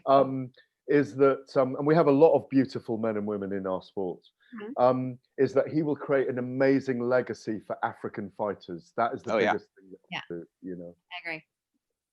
Absolutely. Yeah. Yeah. Oh, go ahead. Oh no, there's just like an influx. All of a sudden, it was Ngannou and it was Israel Adesanya and Kamaru Usman. It was like the snap of the fingers, and suddenly there was just a legacy for African fighters. Suddenly that entire continent seemed to just like come to life in relation to MMA. It seemed to happen almost out of nowhere. The last 5 years have been, I think, the rise of the Eastern European fighters, and I think the next 5 years, or maybe even the next decade, will be the Africans. Yeah. I really think do so, think yeah. it will be the Africans, because there's genuine poverty there, and people will be able to find their way out of poverty, because there's a lot of very, very tough people, and there's kind of people who are like 6'3" featherweights. I think we'll find those kind of, like, we'll have these extraordinary physiques. Like the Fulani are very tall, very narrow people, like the Adesanya build. In Uganda, you've got very square-jawed men and women who are very powerful. I've done a lot of traveling in Africa, and the physiques of people, some of them are made for MMA. I think we'll see a lot of them coming through. A lot of them. Yeah, I know. It's exciting. And as you said, though, the extreme poverty, I think Nagano was he someone who was a miner, a sand mine or something? He was digging. No, he was digging in the mine from the age of 11, I think it was. But to bring it back to I have a shirt that says 209. As you say, that's Stockton. Did you make that T-shirt, Nancy? No, I am. Did your daughter make that 10 minutes ago? Not that skilled. No, I bought this. It's a Reebok. So I'm All giving right, okay. but It's very naif art on there, isn't it? Very naif. Yeah. Well, who knows? They're trying to embody Stockton, which is, unfortunately, one of our country's, most. My favorite town. Don't knock it. It's one of my favorite towns. All I'm saying is it does breed a fighter mentality. When you go back and you see what you have to struggle with there, and I don't believe they started fighting when they were 14 and 16, the Diaz brothers, and it just, that's their way out, or their way into another prison, as we circle back, I know we're already like an hour and 40 minutes just whizzed by. Atticus, sitting there in Oregon, I'd love to know, because that was such a great insight on Ngannou. Any thoughts that have come up for you? What have you learned? What have you learned today?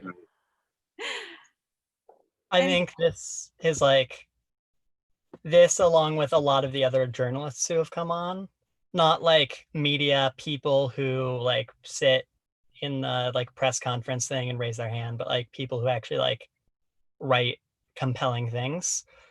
I think that it's just showing like, oh, you have to do something unique. And like this has driven that home. And it's not like you have to go out and find it, and you might not find it and it might kind of fuck you over, but you have to like take that risk. Well, thanks a lot. That doesn't sound very complimentary towards Josh and I, but never mind that we're fairly fucked over. But clearly Nancy is. But the thing is, if what you just said, the point you just made is, it won't fuck you over, because if you make that extra phone call, if you drive that extra mile, if you spend that extra hour, the story is right there in front of you. You can talk about waiting the 5 hours to get the interview, and like the police tapped on your door and said move, the things that happened, someone threatened you to move, and John Jones came out and said, don't touch this guy, he's come to interview me. It's all the story. Do you know what I mean? The story's there.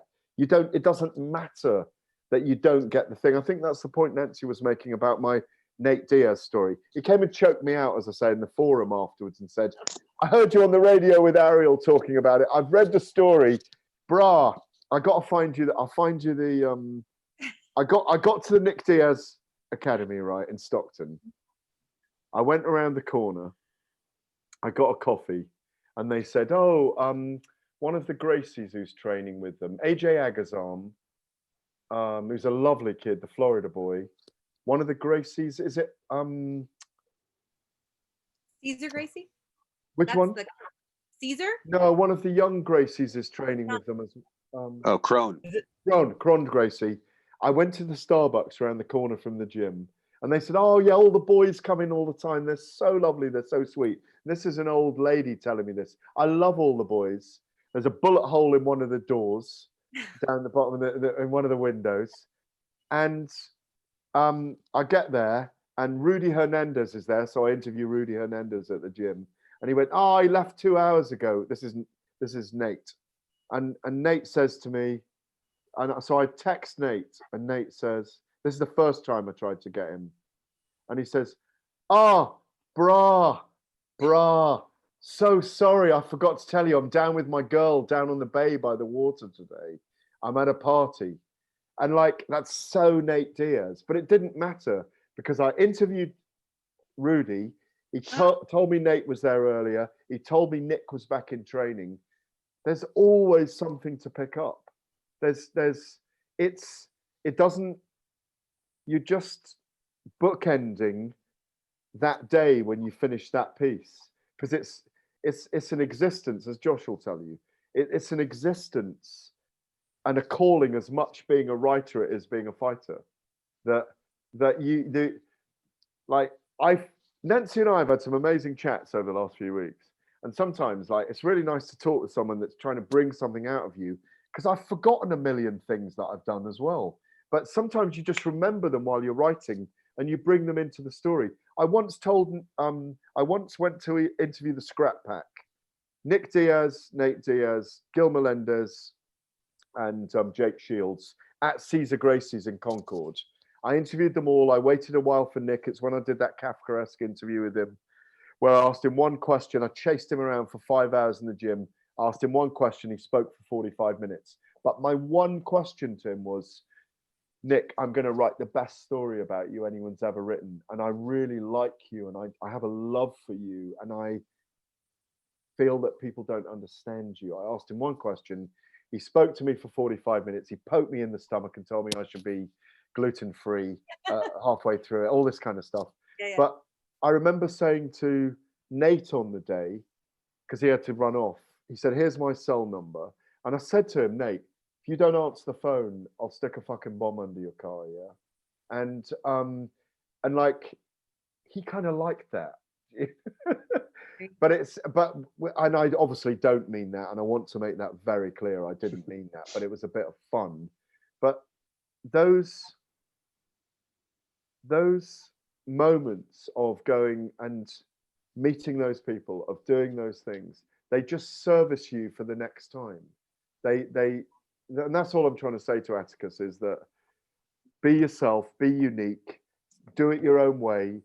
You're ostensibly, at the moment, I know you're very young, but you know, I'm a talker and a communicator, and I can't hold back, as you can see.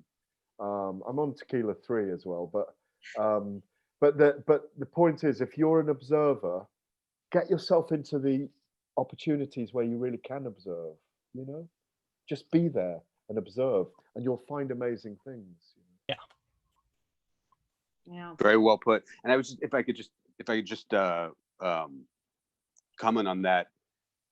I think that the Gareth and I come at it from different angles, but I think the principles are kind of the same, in that the raw materials are the same for everybody.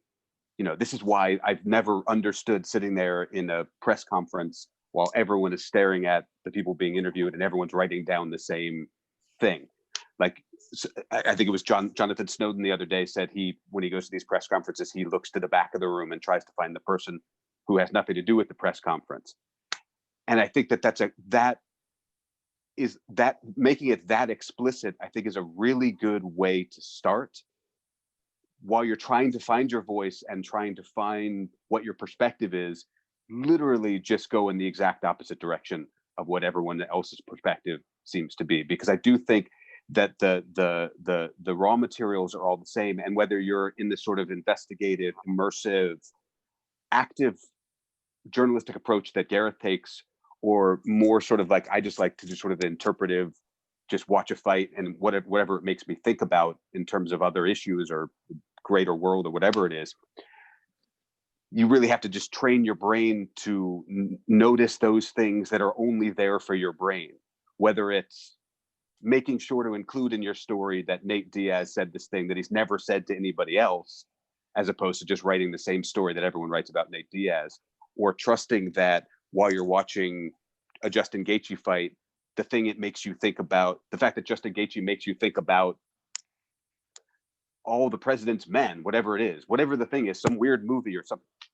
That's the little lifeline that is going to give your story and your career your own particular angle. And I think it's easy to not trust those things, because like as Gareth was saying, when everyone is writing the same story about John Jones, you know, we're social creatures. The instinct to write a similar story is very strong.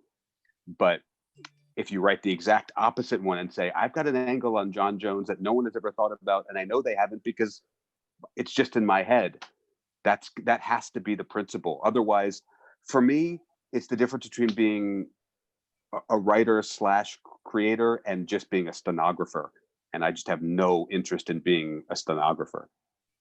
To add to what Josh is saying as well, and this is why I'm always happy to have to write 250 word pieces sometimes, or 400 word pieces, or 450, 750, 800, 1000, 1200, 1400, 2000, 3000, 3500, is that at your age, Atticus, and it is worth doing this, and Josh kind of touched on it then without saying it explicitly, is if you are going in the other direction, because I do, at one's age, you don't need to write the news story, because you're going to do that story in a different direction maybe the next day. Yeah, just you make sure you know what the news story is, though.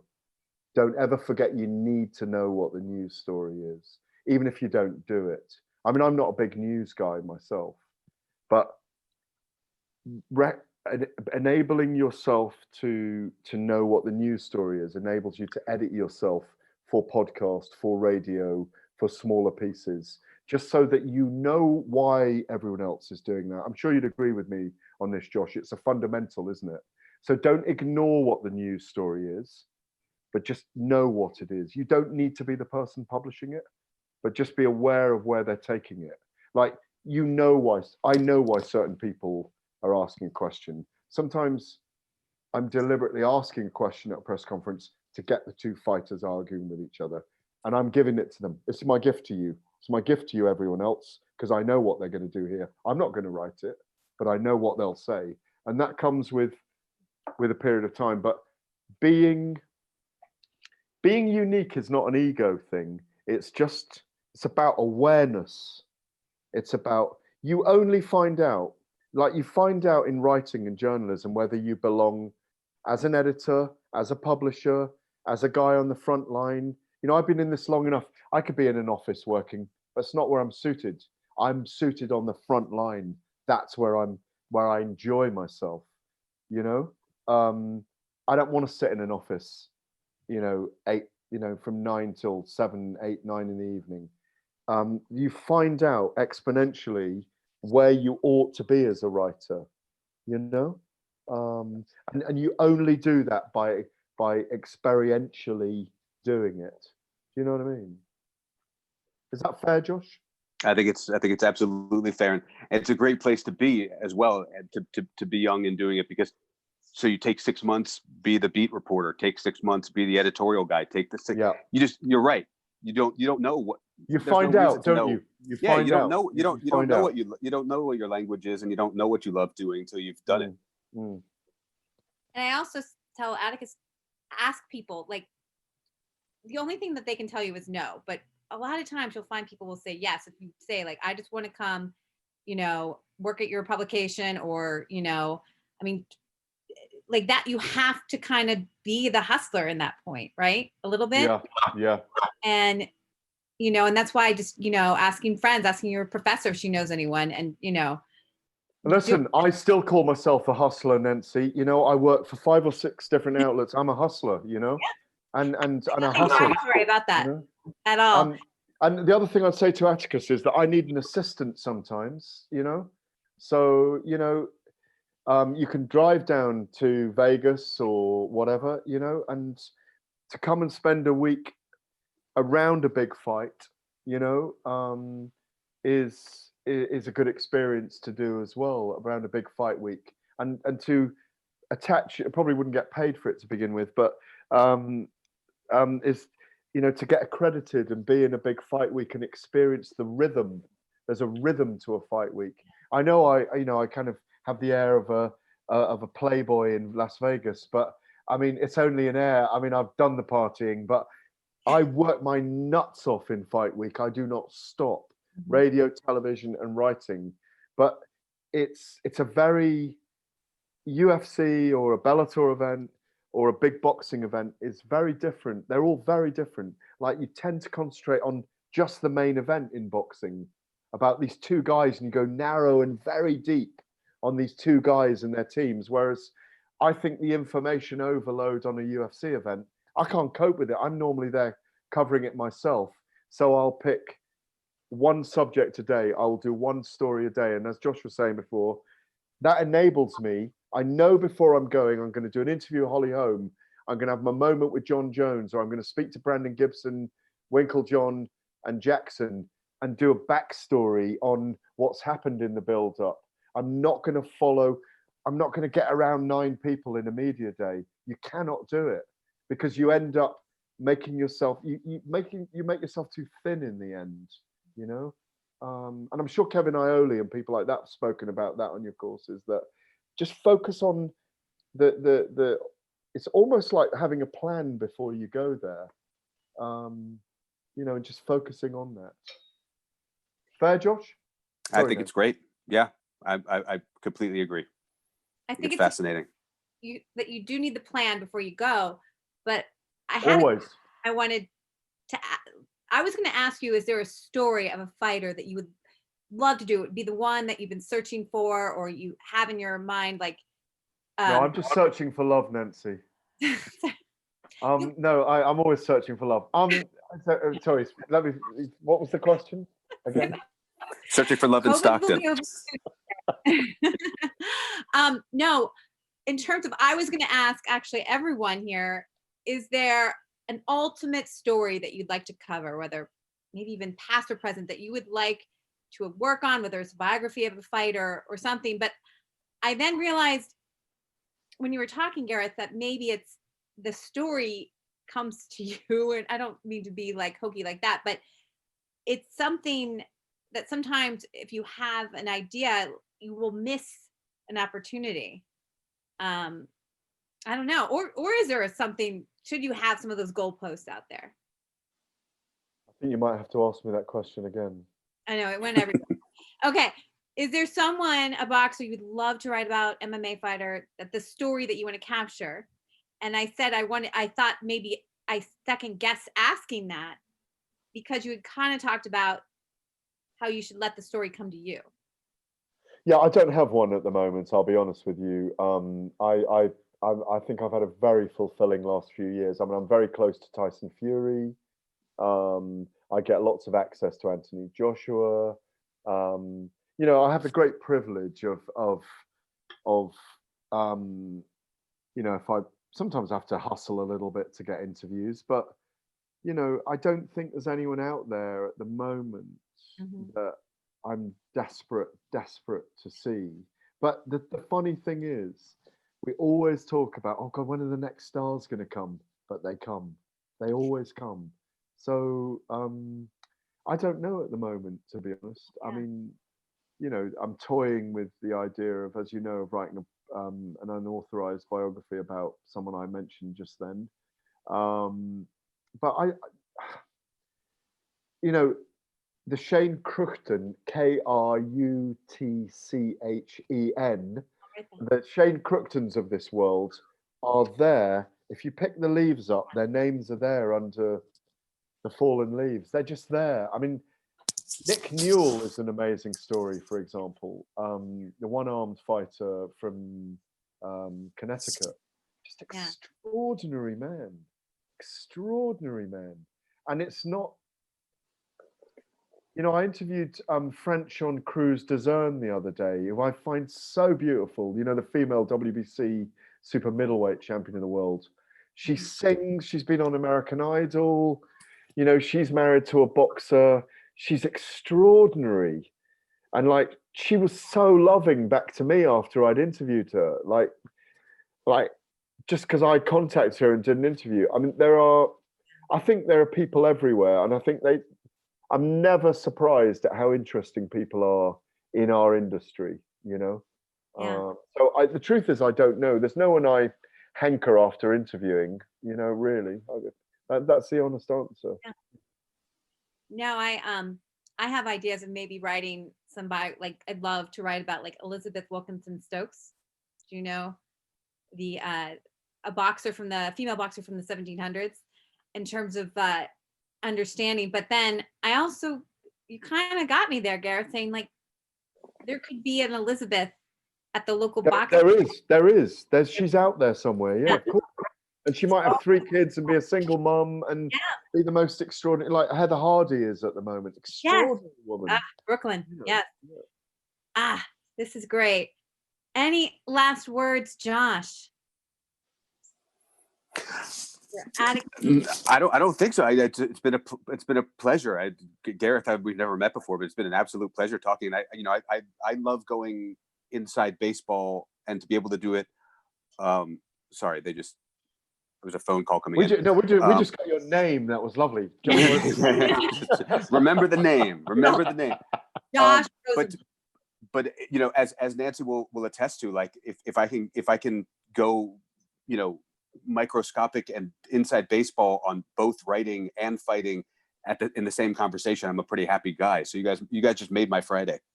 No, I'm the same. I'm very I joked about it earlier. I've had 30 years doing what I want to do, and I say that I've worked my nuts off as well. Don't get me wrong, Atticus. You know, I've dug the trenches. You know, I've done it a long time, and I think that's what I was talking about, body of work. But I feel very privileged that I get a certain amount of respect and access. Big word. We get amazing access in this industry.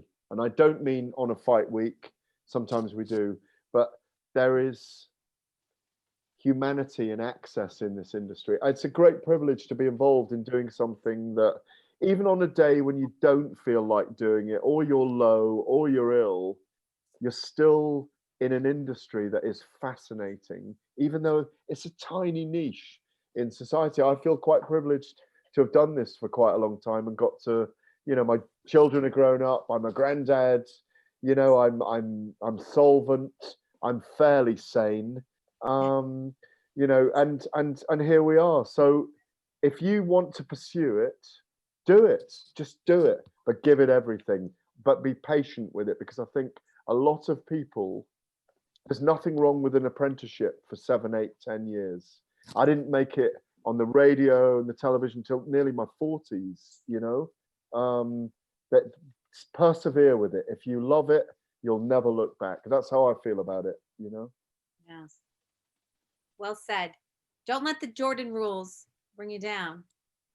No, use the Jordan rules. Use the fuckers. Rules. Make your own rules. Make your own rules. There we go. We brought it home. And Atticus, after COVID and potentially Gareth, you could go and learn from someone like him. And that's unbelievable to have that experience. Any last words from Oregon, Atticus? Just one last thing, Gareth. At the start of this, you were talking about how like MMA fighters are really kinetic, and you're also talking about your time kind of with like traditional martial arts. And I'm wondering whether like those people who take like 50 years, is there like more, is it more kinetic, or is there like something more or something different? That's spiritual. I think it's spiritual, and I think it's cultural and historic, and I think it's something in their DNA. I think you got to remember, I always say America, and I think America's very good at mixed martial arts because it's still a pioneering country. It's still the Wild West. It's still, people in America. I mean, I spent a lot of time in America. I was with an American woman for a long time, and I think so I've been quite embedded in the culture, and it's a pioneering culture. There's no question about it. And I think that's why mixed martial arts will evolve quicker in America than anywhere else.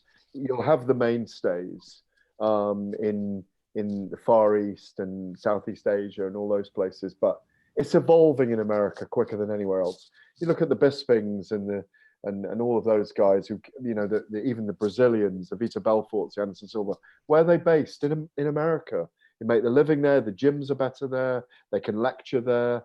That's, it's no bigger than in America. It's the place to be if you're more interested in mixed martial arts. And the other thing is, if you're more interested in just mixed martial arts, get yourself into boxing as well, to write about boxing as well. They are very different sports, but the spirits and the people are the same. And I've paid off several houses by writing on both sports. And I give you that as fatherly advice, as I would give to my daughters or sons, is that don't ignore boxing just because you like MMA. Do both. There's very few of us doing both, and it's worth doing both sports because it's 2 avenues and 2 opportunities to make a living. No, it's combat sports, again, we could talk about, for me, the literature of it goes back so long in the history, but I love that no matter what we talk about, Sports Illustrated, Deadspin, Josh, losing those, I don't care. Stories matter so much, and that's what unlike football where you don't even see the people's faces, it's a group, even other sports, there's something about combat sports where it's one person against another and they represent that viewer. So thank you. Is Sports Illustrated gone?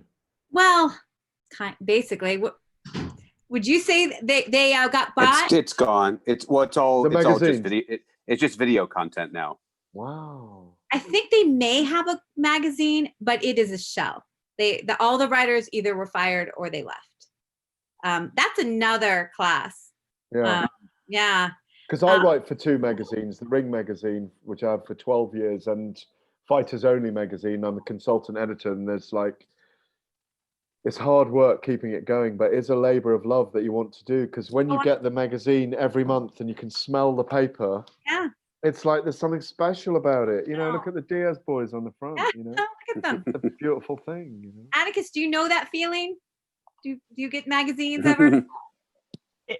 Not as much as I used to. Like living like in DC and across the country complicates that a little bit. Oh, will you start buying fucking magazines, young man?